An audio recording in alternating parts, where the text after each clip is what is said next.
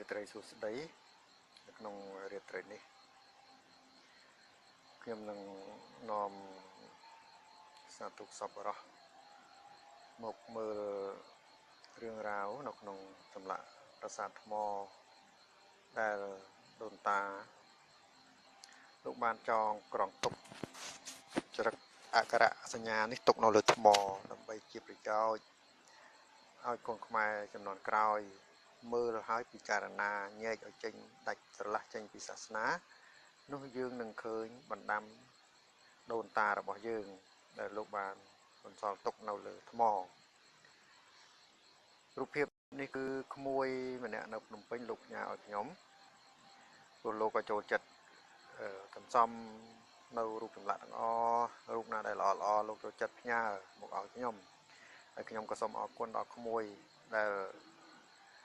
បានផ្ញើរូបភាពនេះតែជារូបភាពកម្រជារូបភាពដែលបង្កប់ពោពេញទៅដោយប្រាថ្នាគំនិតដូនតាកប់ទុកក្នុងថ្មនេះ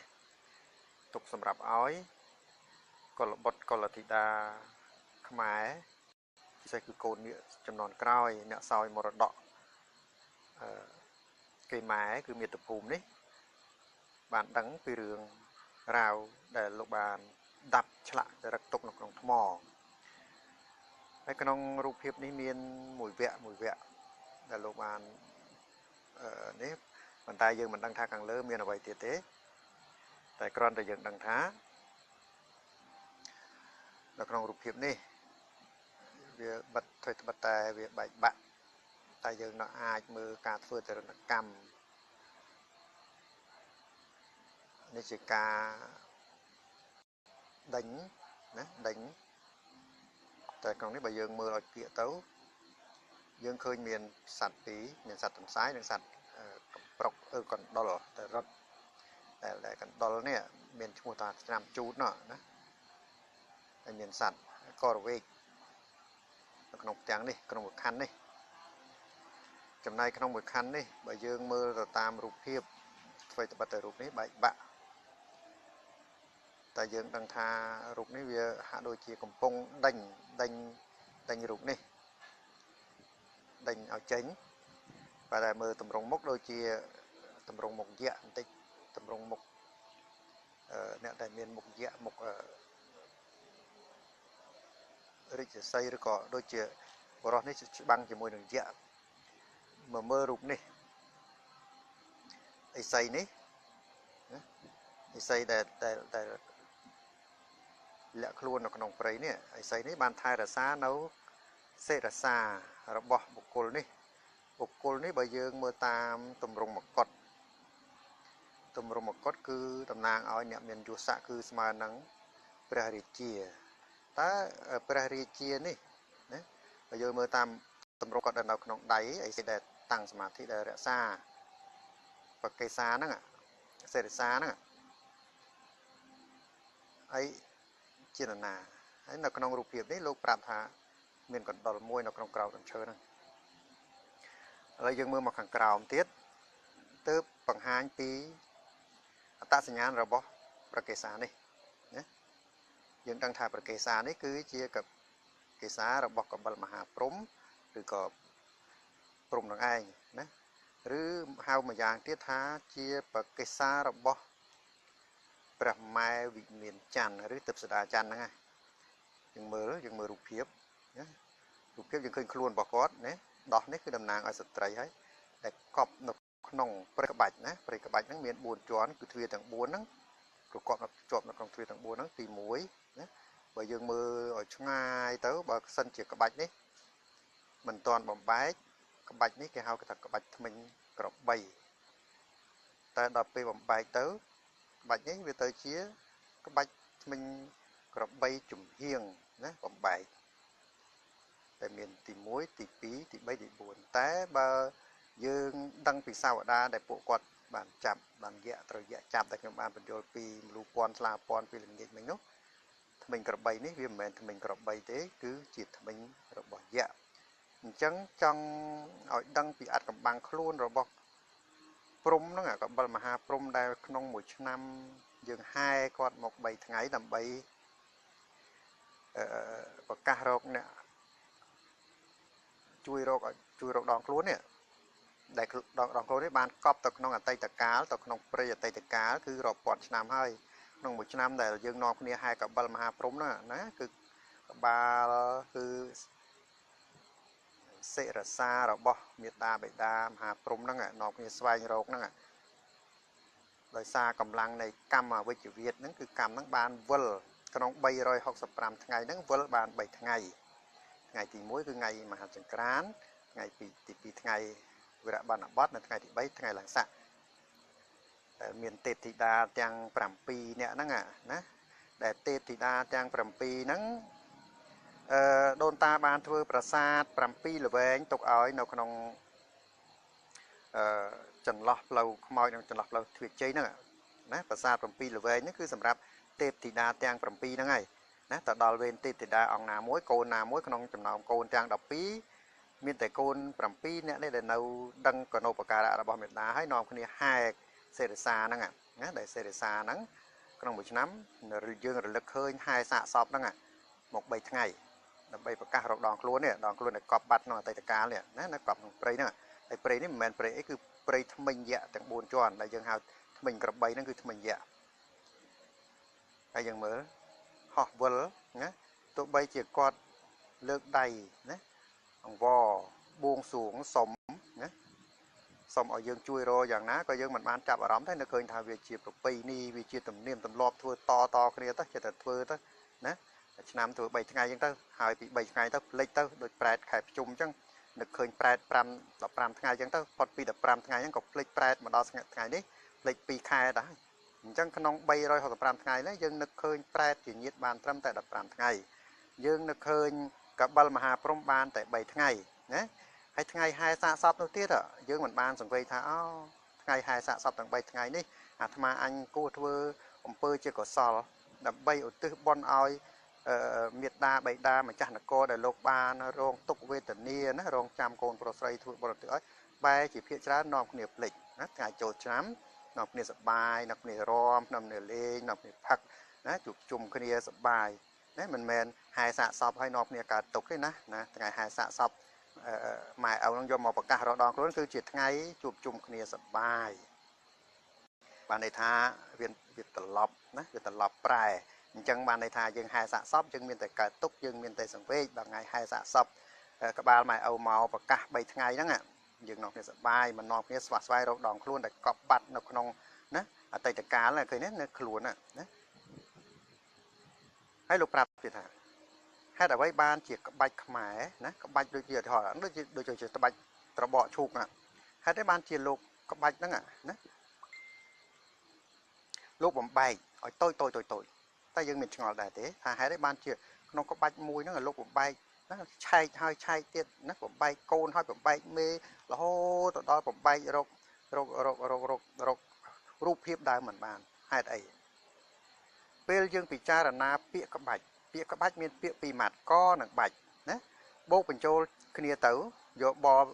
បន្ទំរួតនឹងកទៅយើងឃើញកបាច់ណាបានន័យថាក្បាច់ហ្នឹងគឺករឿងណាករឿងរបស់អ្នកក៏កើតទឹកដីទៅចងជាបាច់ណាក៏បាច់ហ្នឹងគឺចងជាបាច់ឥឡូវយើងមើលចងជាបាច់ណាដកច័ន្ទហ្នឹងមកបាច់ទៅណាតំបកឈូកបំបែកហ្នឹងជាថ្មិញកបីថ្មិញយៈហ្នឹងមកបាច់ទៅណាចង្វាយហ្នឹងមួយបាច់ទៅហ្នឹងក៏បាច់តែយើងអានជាប់នេះយើងអានថាកប់ហេតុអីបានជាលោកបំបែកក្បាច់នៅក្នុងក្បាច់ណាតំបកឈូកមួយសន្លឹកហ្នឹងលោកបំបែកព្រោះលោកចង់ឲ្យយើងយល់ថាហែកហើយហែកទៀតណាញែកហើយញែកទៀតពង្រីកហើយពង្រីកទៀតណាដើម្បីនោះមើលរឿងអតីតកាលរបស់ខ្លួនណាទៅមើលពន្លឺអតីតកាលរបស់ខ្លួនណាហែកហើយហែកទៀតញែកហើយញែកទៀតដូចជារូបទាំងអស់ហ្នឹងបើយើងមិនញែកយើងមិនហែកគឺយើងមិនអាចដឹងពីអត្ថកំបាំងខ្លួនរបស់មហាព្រំណាមហាព្រំគឺកបិលមហាព្រំហ្នឹងដែលលោកទុកចន្លោះទ្រូងឲ្យយើងដើរចូលហ្នឹងសប្តាហ៍ថ្ងៃយើងចង់ទៅលេងប្រាសាទអង្គរធំយើងដើរចូលក្នុងទ្រូងព្រំណាដើរចូលក្នុងទ្រូងព្រំទៅយើងនឹងបានទៅដល់ក្នុងបេះដូងព្រំតែយើងមិនដែលបើកលិខិតព្រំហ្នឹងគឺទឹកចិត្តព្រំហ្នឹងទឹកចិត្តម៉ែឪហ្នឹងបើកមើលថាតើទឹកចិត្ត មេតាករុណាមុទិតាឧបេក្ខារបស់ម៉ែឪហ្នឹងលោកមានពលិកម្មប៉ុណ្ណាទៅពលិកម្មរហូតដល់សំបីតែខ្លួនឯងហ្នឹងណាក៏សុកចិត្តរងទុកវេទនាដូចជានេះបើយើងប្រៀបធៀបនឹងស្ត្រីគេហៅអាបហើយណាដកខ្លួនចេញហៅអាបហើយទៅហៅមួយមុតហ្នឹងណាអាបហ្នឹងបង្កើតបានជាស្រុកមួយគេហៅស្រុកមួយមុតហ្នឹងគឺស្រុកបិសាចណាបិសាចស្រីហ្នឹងគឺអាបមួយមុតហ្នឹងហើយបើបិសាចប្រុសគេហៅអរិយគូនឹងមួយមុតណាយើងដូចជាអ្នករស់នៅក្នុងស្រុកមួយមុតហ្នឹងអត់ដឹងថាស្រុកមួយមុតហ្នឹងគឺជាស្រុកបិសាចស្រីទេណាយើងមើលហើយយើងសង្វេគណាពួកគាត់ហ្នឹងហេតុតែដើម្បីកូនហេតុតែដើម្បីនគរហេតុតែដើម្បីទឹកដីប្រមូលទ្រព្យសម្បត្តិមកទុកឲ្យកូនសោយណាហើយសង្ឃឹមថាកូននឹងញែកហ្នឹងញែកក្បាច់តែបាំងបាត់រឿងរ៉ាវរបស់ពួកគាត់ញែកចេញមកហើយយើងមើលទៀតណាយើងមើលឲ្យពិចារណាទៀតថាក្នុងក្បាំងមួយហ្នឹងក្នុងចន្លោះមួយហ្នឹងបើបុគ្គលនឹងងើបឈរចេញមកតើងើបបានទេយើងមើលកម្ពស់ក្រាន់តែអង្គុយកម្ពស់ប៉ុណ្ណឹងហ្នឹងបើសិនជាលោកងើបឈរទៅទេថាទៅតែហេតុអីក៏យើងអត់បានគិតយើងស្មានថារូបនេះគេឆ្លាក់ឲ្យអង្គុយអញ្ចឹងនៅក្នុងបន្ទប់ជាងទៀតថាមិនមែនទេគឺជាទីណាធ្វើត្បិតតែរូបនេះខ្ញុំមើលប្រហាក់ប្រហែលរូបនេះប្រហែលជានៅប្រាសាទបាពួនព្រោះខ្ញុំឃើញតម្រង់រូបដែលបន្លោះហ្នឹងគឺច្រើននៅបាពួនអញ្ចឹងបានថារឿងរ៉ាវលោកបានបញ្យល់ទុកនៅក្នុងសិលាណាលោកគិតថាទុកនៅលើស្បែកគង់តែគេវាយឈ្នះណាគេប្រមូលយកទៅទុកនៅលើស្ពាន់នៅលើកថាស្ពាន់កថាប្រាក់ឬ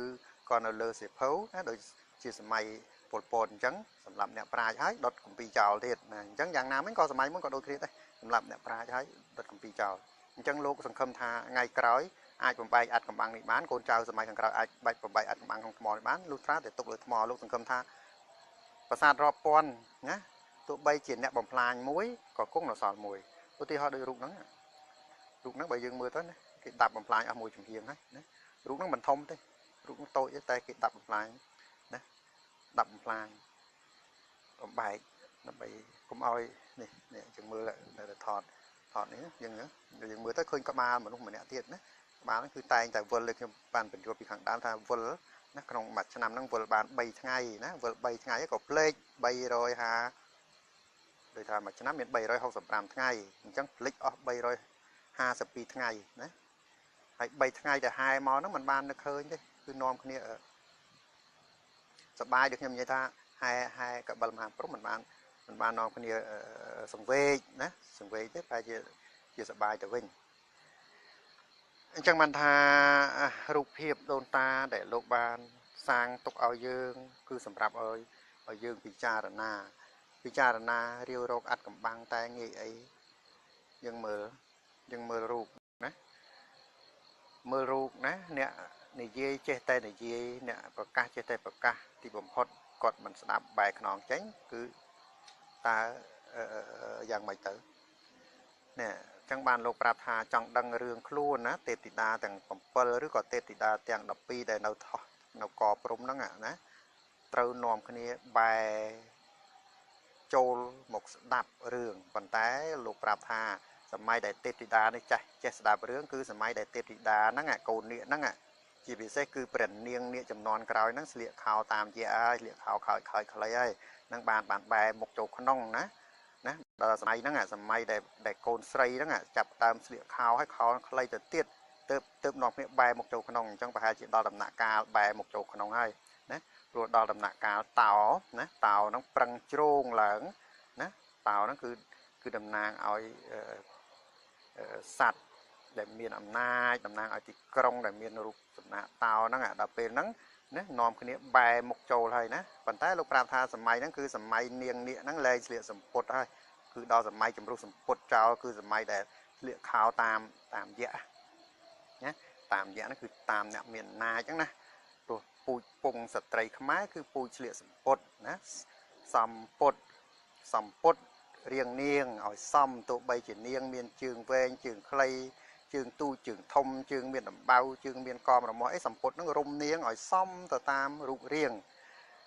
អញ្ចឹងសម័យនេះយើងបោះបង់ចោលសម្ពុតយើងនាំគ្នាស្លៀកខោអញ្ចឹងហើយបានជាមានទំនាយសុកសៅលោកបញ្យល់ថាភ្លើងភ្លឺបំផ្លុំកណ្ដាលព្រៃរੂលរៀលដល់នៃស្រីមានរៀងសម្ពុតពេញដីស្រីមិនលៀងព្រោះឃើញទឹកភ្លៀងពីលើភ្នំ ខ្ញុំពិចារណាទំនាយនេះតាំងពីឆ្នាំ1989ឆ្នាំ90រហូតមកដល់ឆ្នាំ2009 2010ទើបយល់ពីប្រស្នាសម្ពុតជ្រុះដីស្រីមលៀងណាសម្ពុតពេញដីស្រីមលៀងព្រោះឃើញទឹកភ្លៀងពីលើភ្នំទីបំផុតបានខ្ញុំយល់ថាអូដល់សម័យនោះសម្ពុតជ្រុះដីស្រីឈប់រឹសលៀងគក់ណាបោកទុកហើយទុកស្លៀកទៀតហើយព្រោះទម្លាក់ចោលទៅហើយហ្នឹងជ្រុះពេញដីស្រីរឹសយកខោវែងខោខ្លីយកមកស្លៀកប្រណាំងគ្នាដូច្នេះទំនាយដូនតាលោកព្យាករទុកពិតជាអស្ចារ្យលោកពិតជាមានចក្ខុវិស័យអាចដឹងពីសន្តានរបស់កូននាគប្រុសស្រីទៅថ្ងៃមុខលោកចរិតទុកនៅរឿងរ៉ាវទាំងអស់ក្នុងថ្មអ្វីត្បិតតែតិចតូចទៀបតែវាជារឿងអស្ចារ្យជារឿងអច្ឆរិយអរូបីដែលកូនខ្មែរប្រុសស្រីមិនងាយនឹងអាចយល់ប្រស្នាដ៏មានជម្រៅរបស់លោកទេទោះបីជាខ្ញុំនឹងខំស្រាវជ្រាវខំរុករកប៉ុណ្ណឹងក៏មិនទាន់អាចយល់ពីបណ្ដាំអរូបីរបស់លោកដែរតែវាក្រាន់ជាងមិនបានរុករកដូចថាយើងអាចដឹងតម្រុយអាចដឹងពីពលិកម្មអាចដឹងពីទុក្ខវេទនារបស់លោកដែលលោកខិតខំស្វះស្វែងប្រមូលទ្រព្យមរតកមកទុកឲ្យដោយរូបហ្នឹងអញ្ចឹងសប្តាហ៍ថ្ងៃទៅនៅស្រុកគេណាគេដឹងគេប្រមូលយកទៅស្រុកគេរូបនេះជាតំណាងលឹងមួយប៉ុន្តែចេញពីលឹងហ្នឹងមកណាយើងឃើញលឹងហ្នឹងច្រើនតែសង្កត់បិទយន្តនេះណាយើងឃើញក្បាលបើយើងមើលក្បាលគឺក្បាលស្ត្រីម្នាក់ហ្នឹងណានៅខាងលើភ្នួងសក់របស់គាត់មាននាគណាស្ត្រីហ្នឹងមានភ្នែក3បានន័យថាជាបុគ្គលមានរិទ្ធមានឈានមានអាចបញ្ញាណាអាចដឹងពីអតីតកាលបច្ចុប្បន្នកាលនិងអនាគតកាលតែទីបំផុតទៅជាប់នៅក្នុងលឹងណាដកតកមកហ្នឹងដែលជនជាតិមនយើងរមែងឃើញពាក់កងដកកហ្នឹងគឺជាកូនទី1របស់ស្ត្រីហ្នឹងណាមនពាក់កងដកកណាដកកឲ្យវែងហ្នឹងដកខ្លាំងពេកទៅដាច់ដោយរូបខាងដើមដែលខ្ញុំបានបញ្យល់ហើយមើលលោកមានរិទ្ធម្លឹងហើយតែទីបំផុតណាបានត្រឹមតែគេយកប៉ុណ្ណឹងយកមកហែប្រកាស3ថ្ងៃណាបាត់ខ្លួនអញ្ចឹងបានលោកសង្កឹមថាកូនខ្មែរនឹងរកខ្លួនឲ្យលោកណាដកខ្លួនឲ្យលោកដើម្បីគុំលោកណាឲ្យព្រំនឹងមានទាំងខ្លួនមានទាំងកាយដើម្បីបានទៅសោយសម្បត្តិទេវលោកវិញប៉ុន្តែឥឡូវនេះលោកបានទៅសោយសម្បត្តិទេវលោកហើយព្រោះដោយអំណាចណានៃបុណ្យអំណាចនៃកតញ្ញូកតវិធី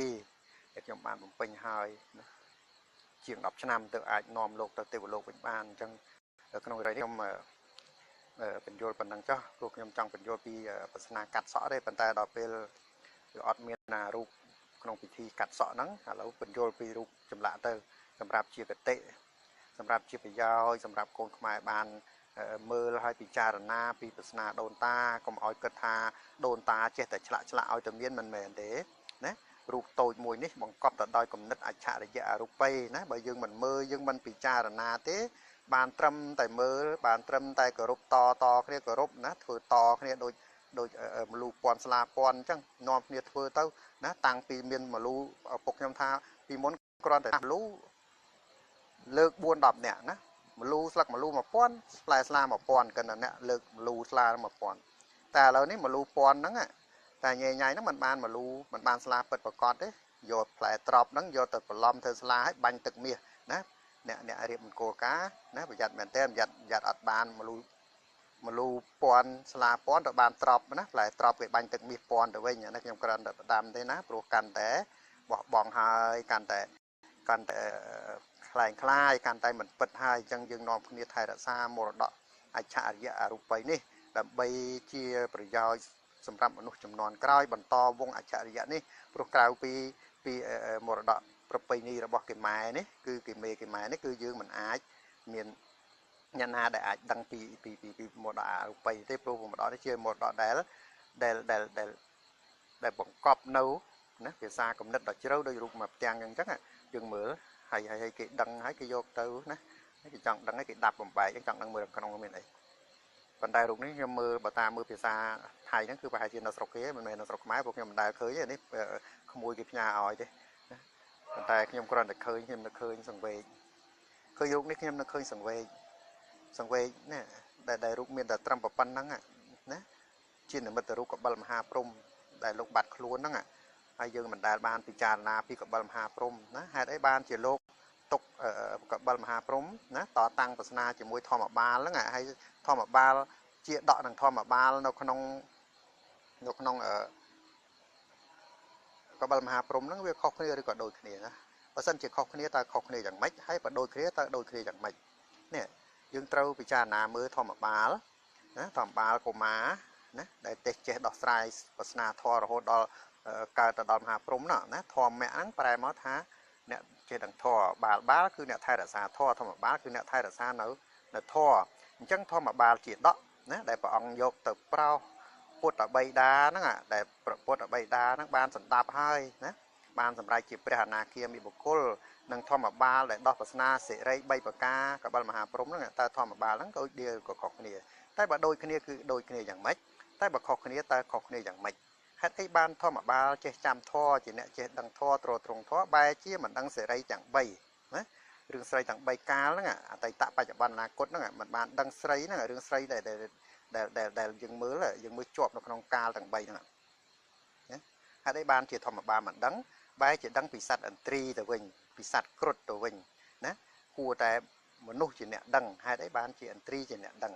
នេះជាប្រស្នាដែលយើងគួរពិចារណាហើយឥន្ទ្រីនៅក្នុងធម្មបាលឥន្ទ្រីនៅក្នុងកាកី